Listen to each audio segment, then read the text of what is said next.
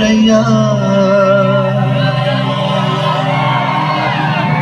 ಕೊಡಲಿ ಏಟ ತಿಂದು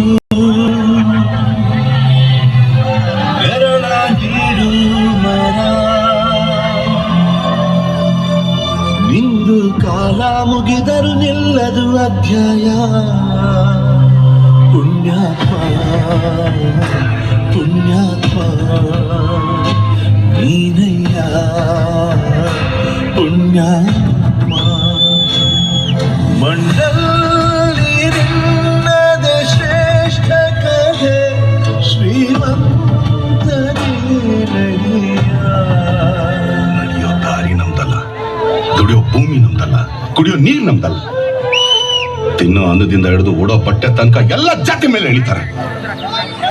ಬೆಳೆ ಬೆಳೆಯೋದು ನಾವು, ಪಾಲು ತಗೊಳ್ಳೋದು ಅವರು, ಮೆಟ್ಟೊಲಿಯೋದು ನಾವು, ಮೆಟ್ಕೊಂಡು ಓಡಾಡೋದು ಅವರು. ಗೇಮೇ ನಮ್ದು, ಆದಾಯ ಅವರು.